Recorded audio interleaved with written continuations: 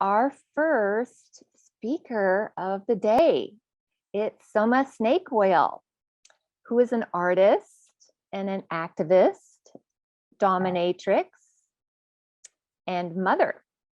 Soma co-founded the Sidewalk Project, a harm reduction organization that works directly on the street with our homeless community in Los Angeles.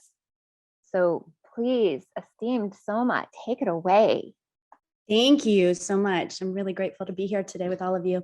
As Maxine said, my name is Soma. She told you a little bit about my organization, but I want to point out that we are a lived experience organization that does work directly on the street. My lived experience is that I'm formerly unhoused, a former person who used drugs. I've been arrested and jailed, and I am still a sex worker today of 18 years.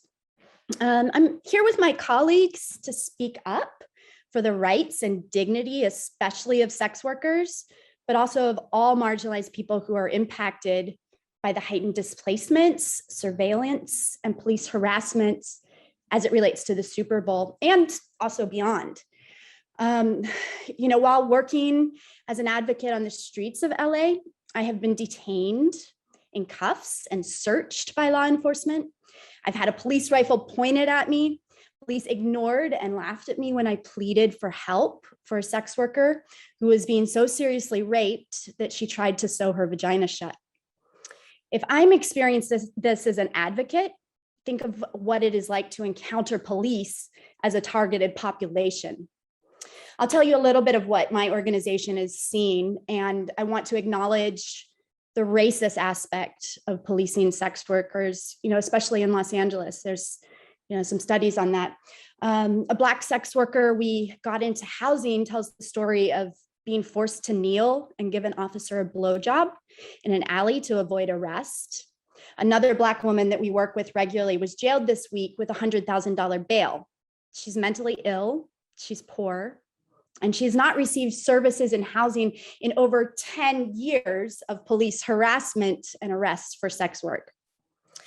Another young woman, actually an elderly woman, a Black trans sex worker who is one of our dearest participants, died recently of complex health conditions while waiting for housing. She was a survivor of decades of street violence, police harassment, and arrest.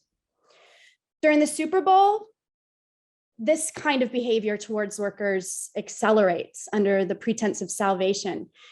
Sheriff Villanova of LASD, among other elected officials, has been spreading this debunked myth that Maxine talked about, that human trafficking increases during the Super Bowl. And Villanova has used this fear-mongering to justify 300 personnel to support Inglewood police in arrests this weekend. Ahead of the Super Bowl, we know that encampments in Inglewood were cleared and unhoused people were swept, but they were swept without being offered housing vouchers to pave the way for a multi-million-dollar event and gentrification of a primarily Black neighborhood. Just today, some of us sat in and saw that the DA office hosted a panel talking about the Super Bowl, but also using it as a springboard for a variety of different policies and procedures that maybe one of the other panelists can talk about a little bit more deeply. But they're using public nuisance and the Red Light Abatement Act as a way to, according to them, eradicate a scourge, which is pretty frightening language. The issue is not that there is increased trafficking during sporting events like the Super Bowl. That's been debunked. The issue is that we are in an affordable housing crisis. Services are underfunded, while law enforcement and local elected officials collect overtime from the criminalization of poor people. What's being rolled out by the DA is more of the same, it's like 4118, forced displacement of unhoused folks. What's publicly profiled as compassion and trauma-informed care is in reality an erasure of the poor. One of the things that I think is really interesting, public officials speak about human trafficking in terms of force, manipulation, threat, coercion, and deceit of a survivor. But it's important to note that law enforcement uses force, manipulation, threat, coercion, and deceit while targeting our people, sex workers, and their clients. We do not need police officers paid to entrap people with sex acts. One of the women that we work with was entrapped by a police sting where the cop posed as a client. And during the sting, he tried to force her to give him her phone and answer questions, which she declined. So he threatened her with jail, saying, a pandemic is a really bad time to end up in prison. You should talk so you don't end up getting COVID while locked up. And this is a woman who was doing sex work to support her aging parents. We hear the narrative that increased policing is for the sake of the children. One of the things my team does is support mothers with children and runaway teenagers on the street. And it's tragic to see how hard it is to get these folks into services, especially for families. In the past month, my team has moved 2 different families off of the street into motels that were paid for out of donations raised from the community because we couldn't find another solution. Every place we tried was full or not accepting participants because they're on quarantine. So limited resources, especially for housing, is a daily experience in Los Angeles. And how is arresting or sweeping poor people going to create more services or housing?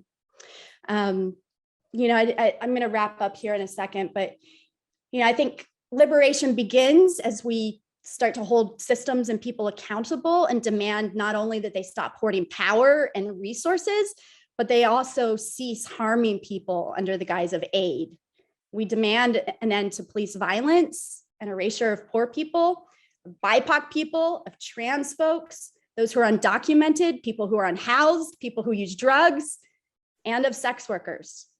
We demand rights and dignity, and we demand that Villanova, LASD, and Inglewood police stand down and stop the harmful Super Bowl raids, stings, and sweeps.